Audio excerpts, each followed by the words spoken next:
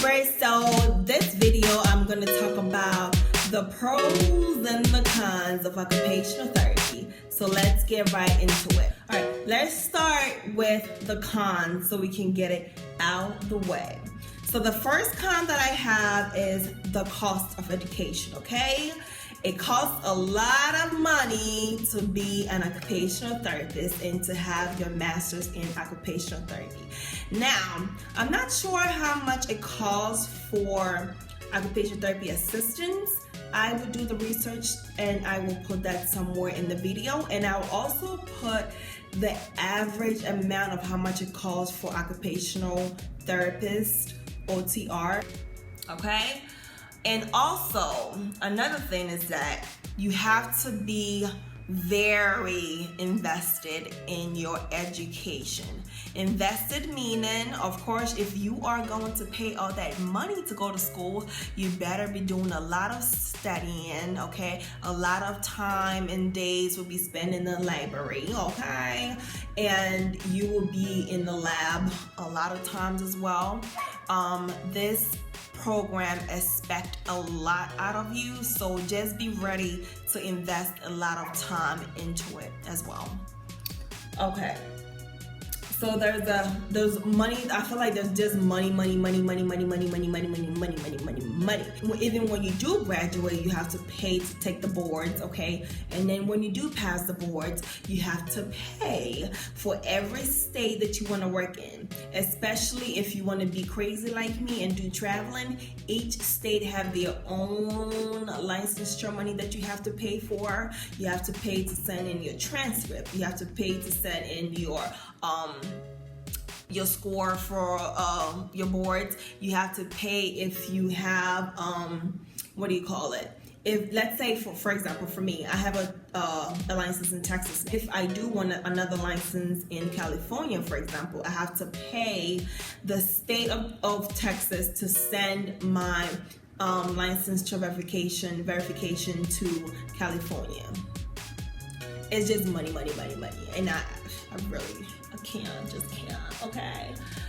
Number 3, people not knowing what we do as OT. That's just one of the cons of being an occupational therapist. You're gonna spend a lot of time explaining what we do to people, because a lot of people kind of associate us with PT and kind of don't know where, they just kind of blur us together. It's very important also when you treat your clients that you make sure that you treat them differently than what a PT would treat them as, so they kind of know the difference in that way. And when you work in a place like where I work at now, the nursing home, there's a lot of people who have, even in the hospital, a lot of these settings, if you don't wash your hands all the time and wear gloves and be super protective, you may end up catching something. And that's another con of being an occupational therapist. And I'm sure a lot of people in the healthcare will agree with this point.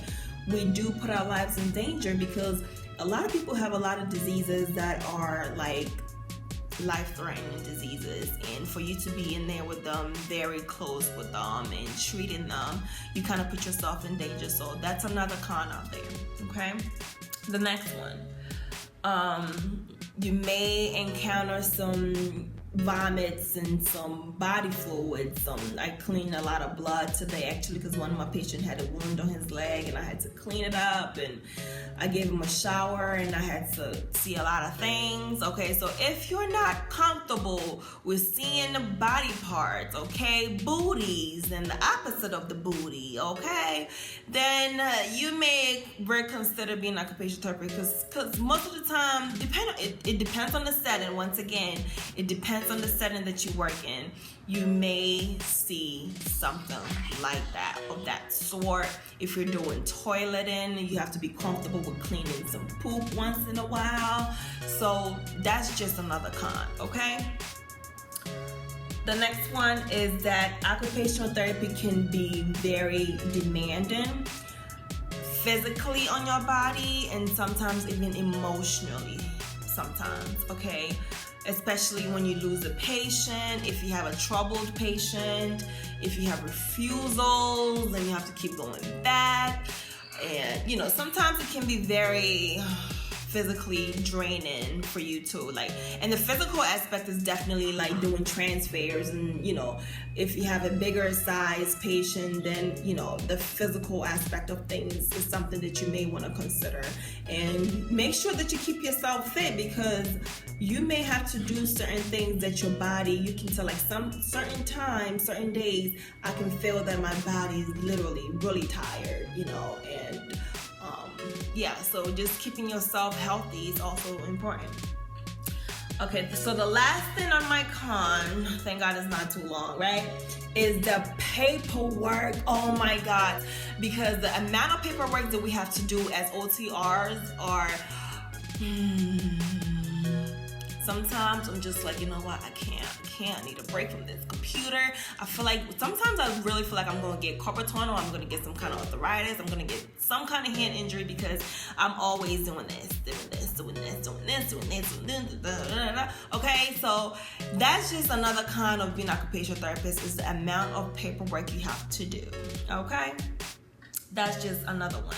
And also another con that I don't like is the productivity thing.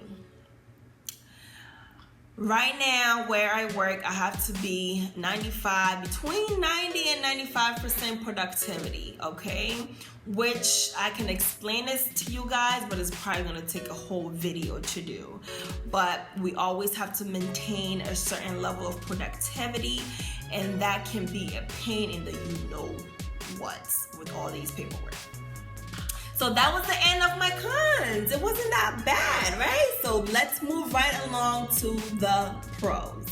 Okay, so my first pro is I love occupational therapy because we get to make a difference in somebody's life every single day. You can't get any better than this.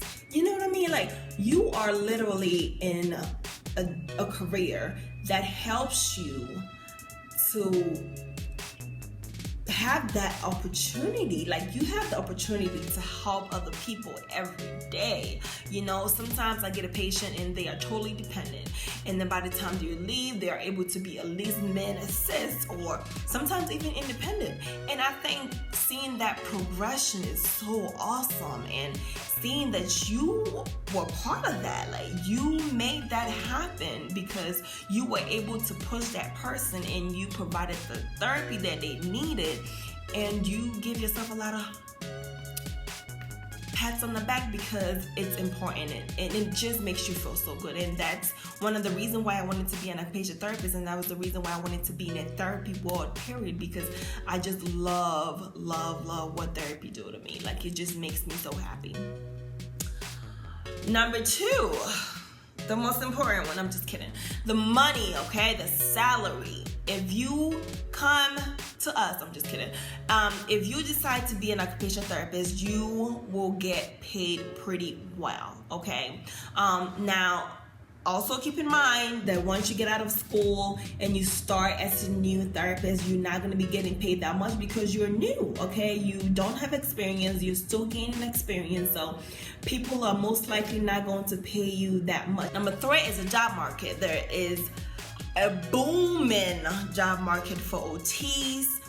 It varies on the state, it varies on where you live, but generally, on the average, the job market is really good for OTs.